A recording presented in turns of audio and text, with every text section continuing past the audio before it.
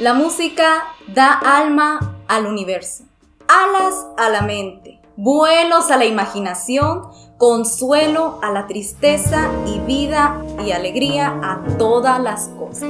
Platón. Soy Melissa González, bienvenidos y bienvenidas una vez más a Un Cafecito con Melómanos. Te presentamos entonces nuestro cuarto episodio. Nuestro invitado especial es Julio Pirir y el día de hoy nos estará presentando un breve recorrido por su historia en este arte tan maravilloso y sobre todo esas experiencias que ha vivenciado tanto en el extranjero como en Guatemala. ¿Podría comentarnos un poquito sobre su recorrido a este universo? Gracias, Melissa, muy buenas tardes a todos. Bueno, pues de mi parte me siento muy satisfecho, muy contento de ser parte del gremio de artistas de nuestro país.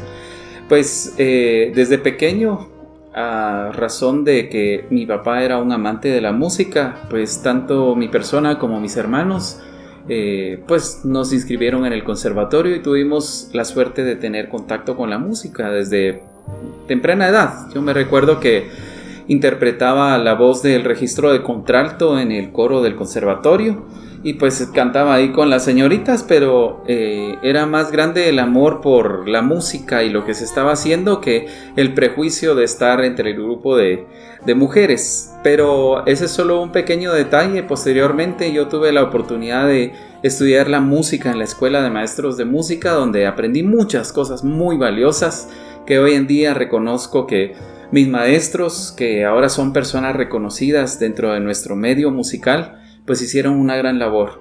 Y ese fue mi compromiso precisamente al tener la oportunidad de salir de nuestro país. Siempre me fui con la idea de regresar y dar un poquito de todo lo que yo había tenido la oportunidad de recibir en diferentes ámbitos. Pues luego de terminar la Escuela de Maestros de Música, siempre estuve con el pendiente de buscar nuevos horizontes y aprender a hacer la música profesionalmente. Y pues obviamente en Guatemala hay buenos maestros y siempre los ha habido y los seguirá habiendo, pero hay disciplinas artísticas como la que yo decidí estudiar que requieren de una profesionalización que no tenemos en nuestro país. Pues luego de hacer un poquito de música antigua y de cantar en un grupo que ya después de tantos años, ¿verdad? El nombre es Ars Nova de Guatemala. Pues en este grupo yo aprendí a hacer música vocal, música coral e instrumental bajo los criterios de la época, de la música renacentista, medieval y hasta un poquito la música barroca.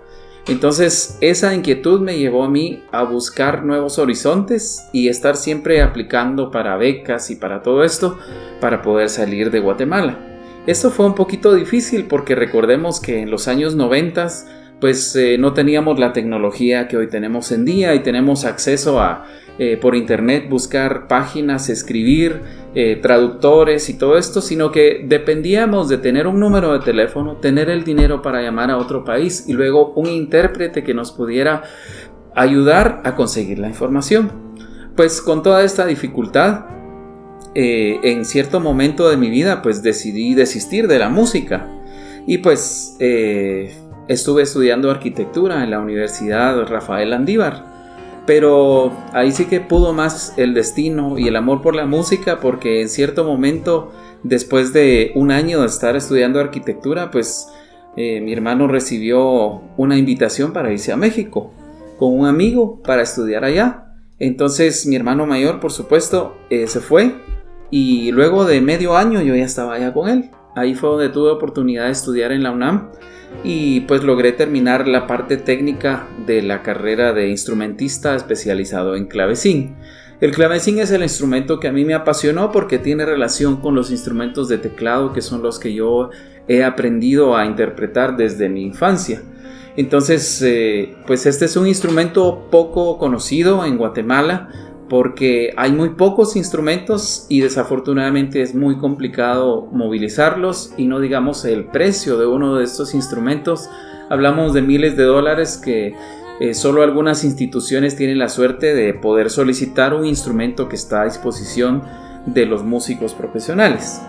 Pues luego de mi estadía en México, también por cuestiones de de destino y aplicando aquí, aplicando allá, pues logré participar en un concurso de música antigua donde interpretábamos música latinoamericana, de México, de Perú y de Guatemala.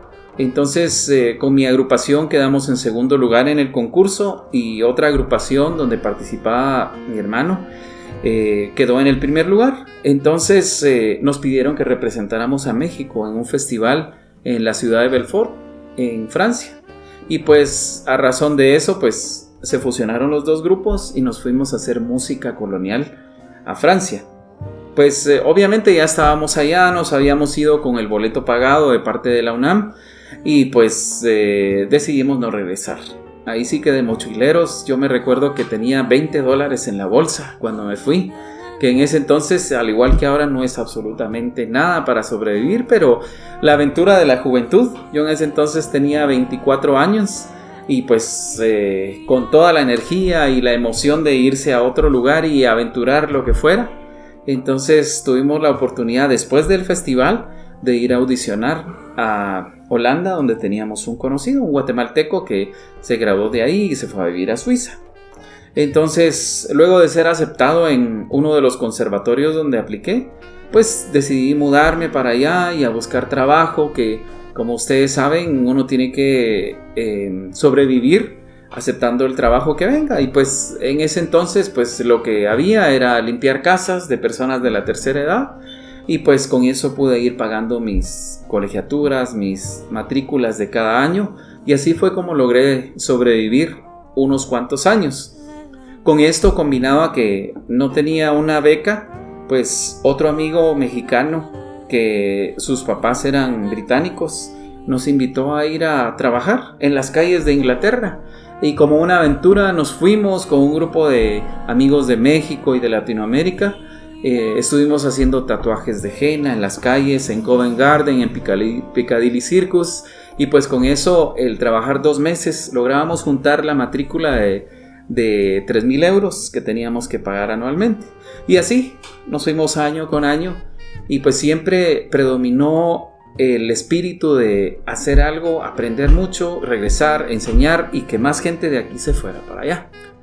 En todo este trayecto yo estuve viniendo a Guatemala aproximadamente cada 2 años, y cada vez que venía me reunía con mis colegas con los que había estudiado, que en ese entonces ya eran maestros de las escuelas de música, la jornada intermedia, la jornada matutina, y siempre procuraba hacer conciertos de música barroca, llevando el instrumento de acá, que posteriormente tendremos la oportunidad de conocer, y pues mostrárselo a los estudiantes para que ellos se emocionaran y pudieran ver que hay nuevos horizontes. Es solo cuestión de soñar y permitirse lograr los sueños. Entonces así fue como año con año pues estuvimos preparando conciertos aquí, y luego en Europa pues haciendo material de la música colonial de Latinoamérica. Y entonces, luego de concluir los estudios, regresé todavía una temporadita a Estados Unidos, porque tenía la intención de hacer una maestría en una de las universidades de San Francisco, que había escuchado que tenía un departamento de música antigua muy interesante. Desafortunadamente, pues ahí hablábamos de cantidades fuera de nuestras posibilidades, $35,000, que por mucho que uno trabajara no era posible. Entonces, luego de 2 años de estar allá, pues regresé a Guatemala con la idea de quedarme un año, tomarme un año sabático y luego regresar a Europa para instalarme definitivamente. Pero ahí me ganaron ciertas cuestiones que los latinoamericanos tenemos muy arraigadas. Número 1, la familia, ¿verdad? Ahí tenía a mi mamá en ese entonces que me decía que por qué después de tanto año de andar vagando por el mundo, por qué no me instalaba ya por aquí, que aquí tenía casa, tenía amigos, tenía familiares que me podían ayudar a conseguir un trabajito como maestro en algún colegio. Entonces yo aspiraba a ser músico y a hacer mucha música de cámara sobre todo, pero al final seguí su consejo y me quedé unos meses con la idea de quedarme un año. Pues ahí conocí en uno de los colegitos donde trabajaba, conocí a quien ahora es mi esposa, y entonces decidí no irme, me quedé.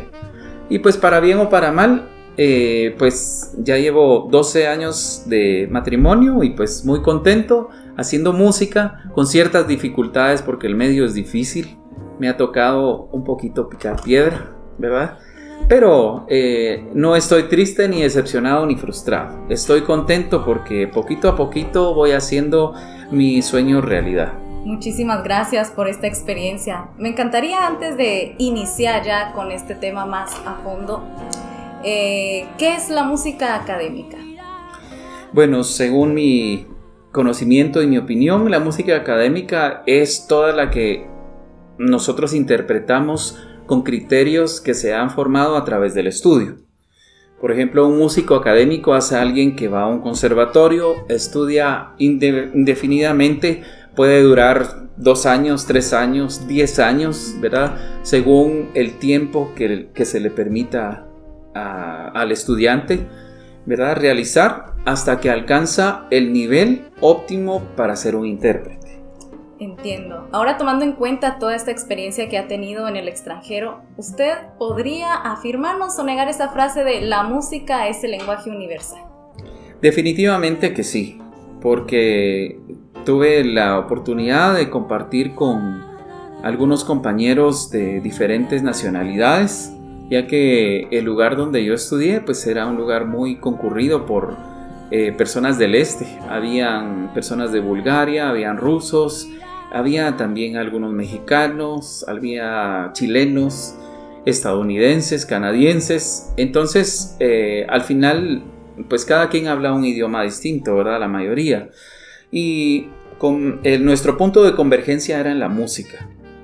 A la hora de estar haciendo música, hacer anotaciones de música, pues de nuestro estudio, pues aunque sea con 2 o 3 palabras de inglés que nosotros pudiéramos hablar, podíamos comunicarnos y puntualizar en ciertas cuestiones que todos podíamos unificar el criterio e interpretarlo de la misma manera.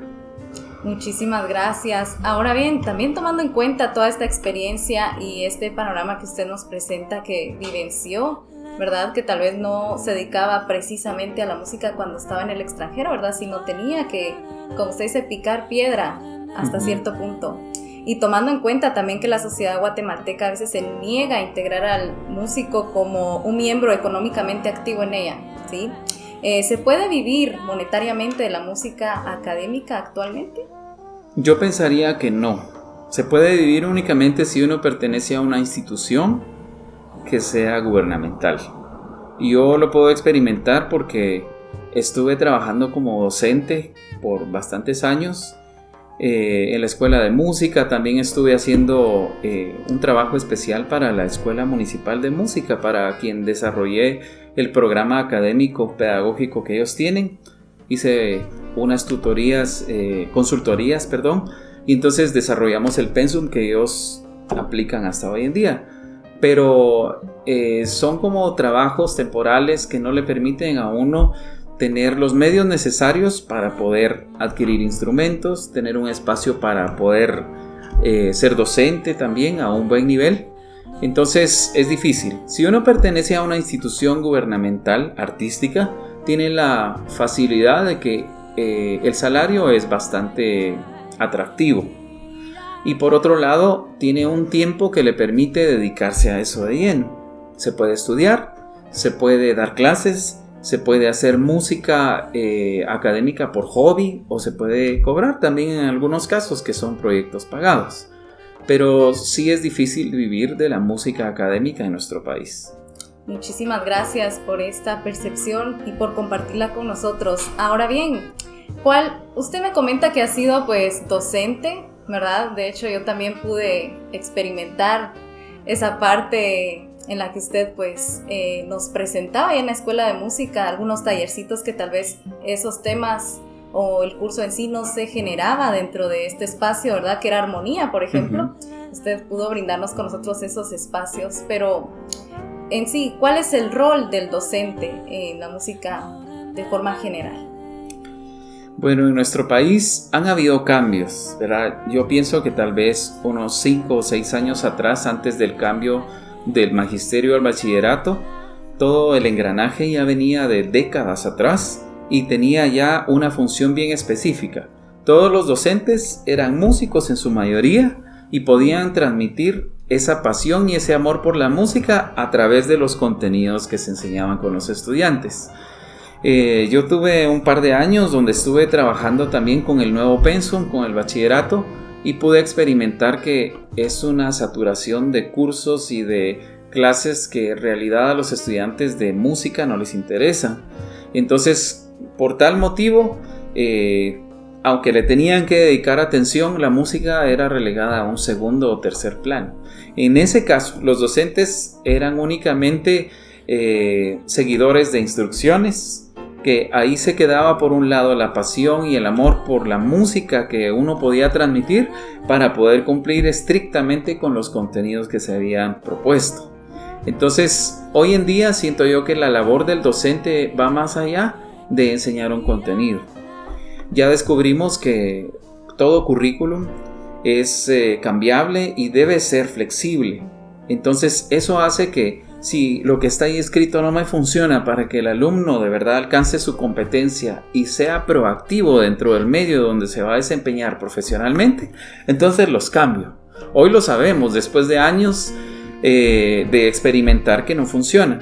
Pero pensaría yo que el rol del docente es encaminar a los estudiantes a que amen lo que eligieron estudiar. Muchísimas gracias. Ahora bien, entendemos que ser docente de educación musical requiere de mucho compromiso, ¿verdad? Y pues sobre todo buscar esas herramientas, esas estrategias para poder cumplir con esos objetivos que usted pues nos comenta. Sin embargo, actualmente pues la pandemia hizo que esto completamente cambiara, ¿no? Sí. En la forma en que nosotros pues impartiéramos clases, porque entendemos que es un curso bastante práctico, ¿no? ¿Cómo se desenvuelve el docente cuando sabemos de que nuestra formación no estaba pues preparada para una situación como esta?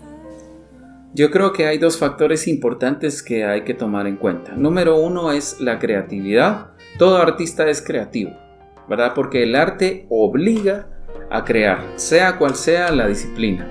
Y en este caso, si el docente es creativo, se las va a ingeniar, aunque sea con carteles y ponerlos enfrente de la cámara para que sus estudiantes estén estimulados y puedan alcanzar sus competencias de aplicar lo que se aprende en la clase a su vida cotidiana.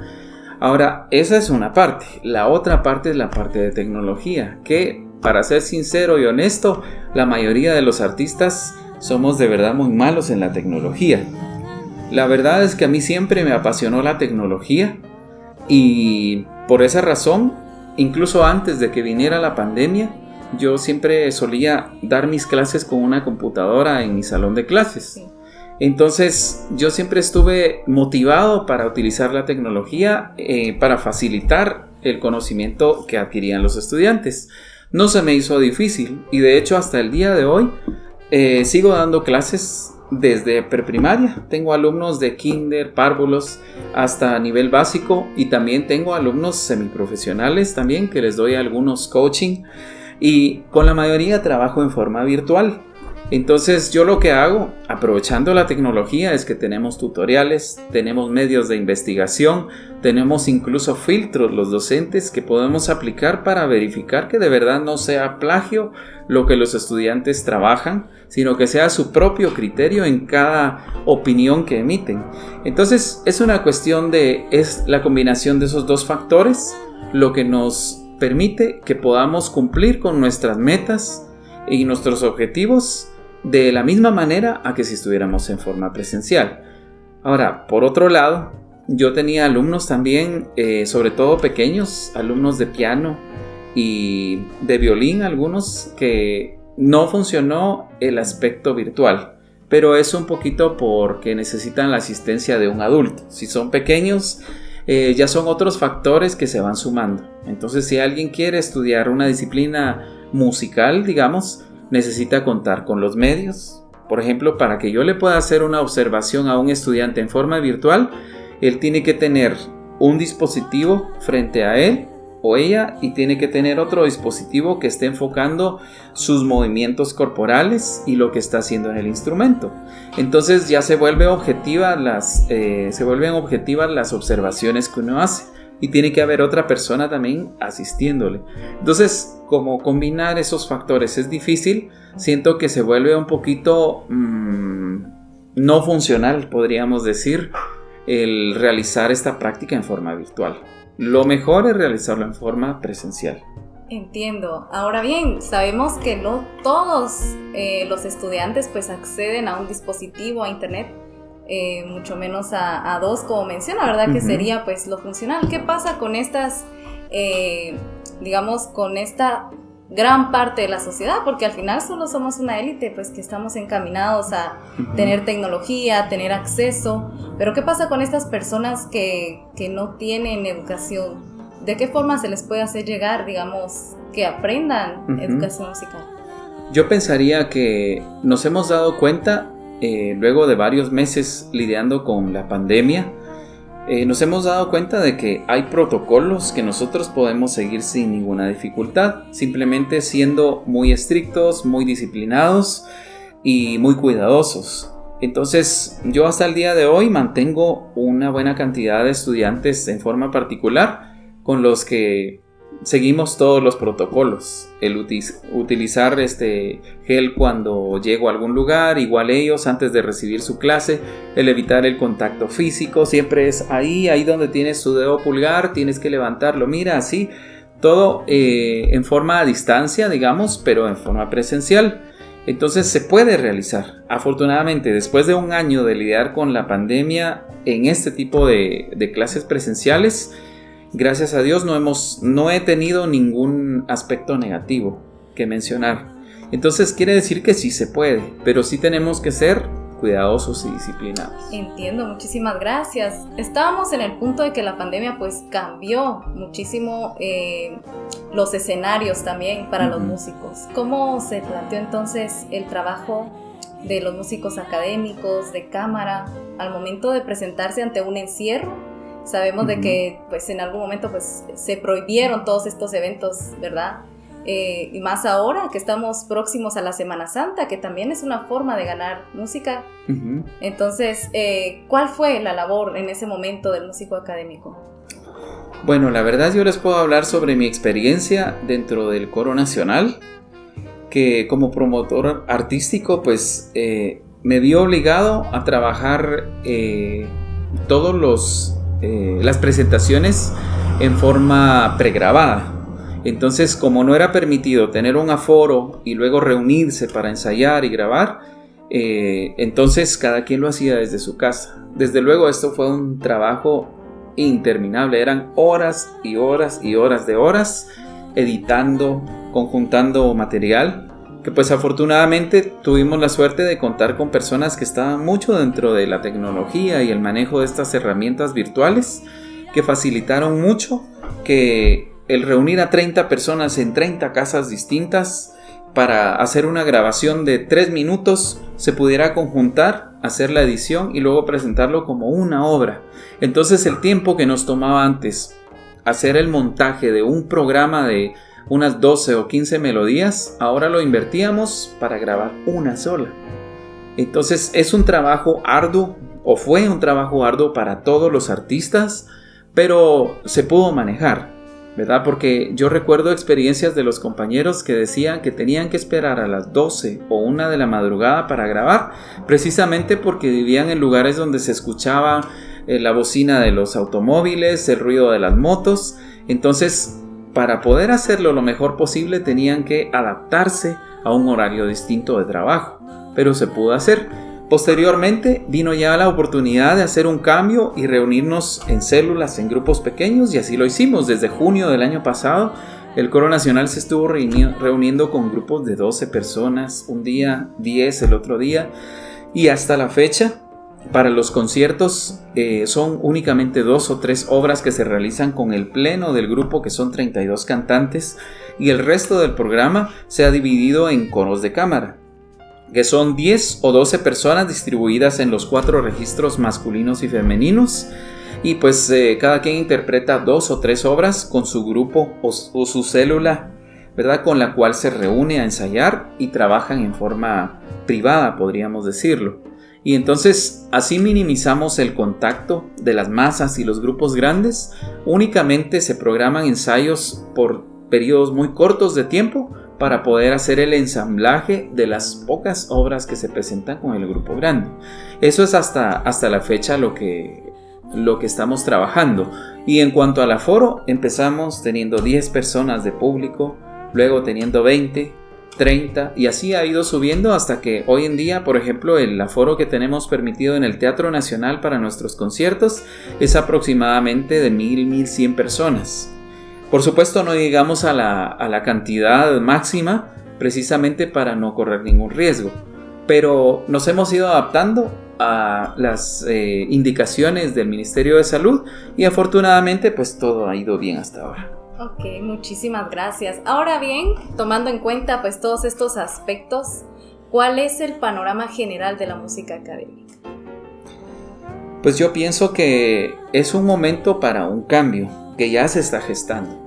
Yo, según tengo conocimiento, se está trabajando en un nuevo currículo del Conservatorio Nacional de Música, lo mismo que implementó la Escuela Municipal de Música, uno nuevo, tiene su bachillerato. Pues hemos ido aterrizando en que es necesario actualizar los programas, ¿verdad? Ahora están trabajando en ello, son personas que se dedican prácticamente al área curricular y que tienen un contacto con la música y pues entendemos que lo están haciendo bien el trabajo. Esperamos a que sea terminado para poder dar nuestra opinión y hacer algunas sugerencias si todavía es posible.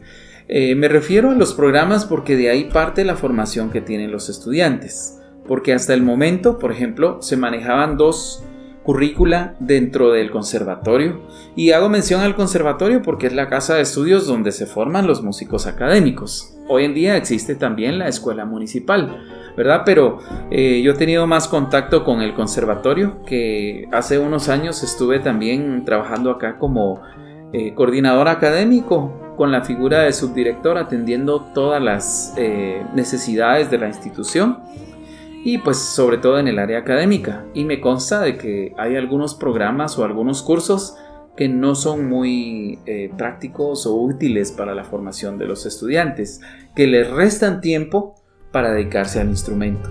En realidad, un instrumento se debe estudiar en la etapa inicial un mínimo de 4 horas, en la etapa intermedia un mínimo de 8 horas, y en la etapa profesional o a punto de graduación 10 o 12 horas. Entonces eso es para que tengamos el nivel competitivo de poder ir a cualquier parte del mundo y tocar, pararnos a la par de una persona de Rusia, una persona de Estados Unidos o de Francia y dar la talla, ¿verdad? Por supuesto que si aquí juntamos los factores sociales, que los jóvenes tienen que trabajar porque son los únicos que proveen en su hogar, entonces eso le resta tiempo de estudio y su formación obviamente va a ser un poquito deficiente. Entonces, volviendo a la pregunta, yo pienso que el futuro de nuestro medio académico musical va a estar regido por los programas eficientes que podamos implementar. Tenemos que partir de que la necesidad de nuestra sociedad es diferente a la de un país desarrollado. Nosotros estamos en vías de desarrollo y sabemos que nuestros estudiantes tienen que trabajar al mismo tiempo que estudian. Y eso es en cualquier carrera, en cualquier universidad. Entonces, partiendo de ello, tenemos que enfocarnos a hacer a un lado todo lo que no sea importante para la formación individual como instrumentista, ¿verdad? Ahora, si la carrera es trabajar en grupo y en coros y en música en orquesta, tal vez la formación tiene que cambiar un poquito, pero por eso el programa de estudios debe ir enfocado a la disciplina que el alumno necesita.